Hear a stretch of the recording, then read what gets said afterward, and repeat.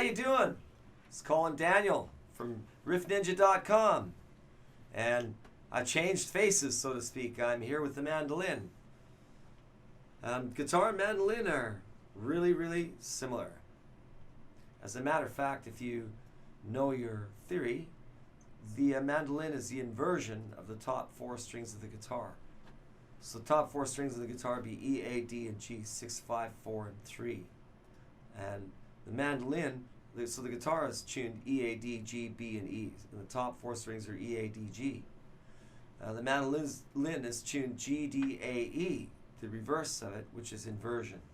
So in other words, on the guitar, it's tuned in fourth intervals, and on the mandolin, it's tuned in fifth intervals. Because the frets are closer together, we have more option for reach, so it's easier for us to reach the fifth than it is on the guitar. The mandolin is the sister of the violin. The violin's tuned the same way, same octave. So it's from the lowest string, G, D, A, and E. This is an 8-string mandolin. There's 4-string electrics. There's 12-string mandolins. This is the most common one, the 8-string. And this is an electric mandolin, if you were wondering. It's also acoustic. That's what I like to do. I like to apply the mandolin more in a rock and roll setting than in a folk or bluegrass setting. And for the guitar player, this is why I'm talking about this inversion thing that I'm talking about. This is what happens. For example, if you remember correctly on a guitar, your G chord, the top part of the chord would look like this. Well, now think of it upside down. Your G is here, your B is here, so it's upside down. So literally, that's a G major chord, right? Because on the guitar, you play it this way. So it's the exact mirror image of it if you look at it, right? There's the top of the G major chord on the guitar. There's the G major chord on the mandolin. Here's the top chord on a guitar. You can really see it on the C major. Like, here's what a C major looks like if you had just the first 4 strings, right? Picture the other strings underneath it where my finger is. Okay, now, this is C major on the mandolin because it's flipped around. It's an exact mirror image of it.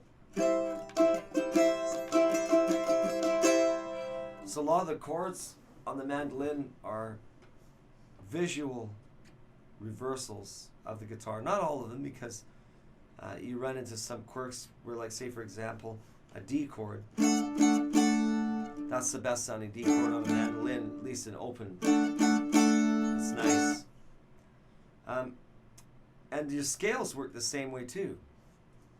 For example, if I want a G major scale, and the beautiful thing about the mandolin is it's totally symmetric because we don't have the odd distance string between it. Like on the guitar, you have G to A is a fourth, A to, sorry, let me repeat that.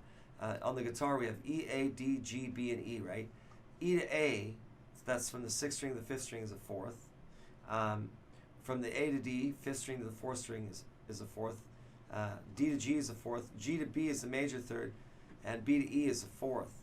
So the problem is, on the mandolin, it's flipped around, it's fifth, and it's totally symmetrical because it's fifth. It doesn't have that distancing that the guitar has with the G to B string.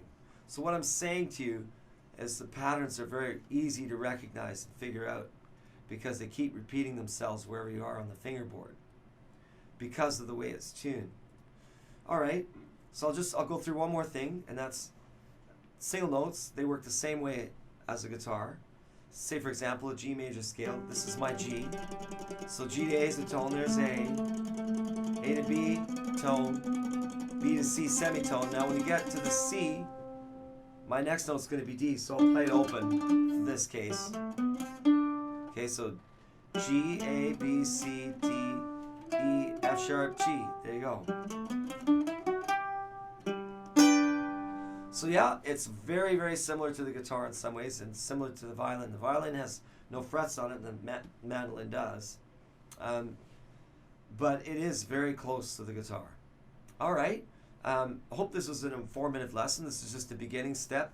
There's a lot to do on the mandolin, so much more, and I'm going to cover some more of that at another date.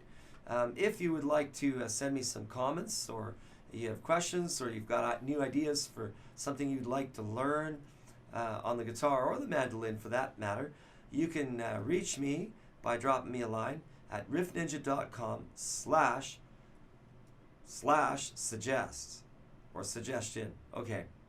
Have a good one, and good on you for the mandolin playing.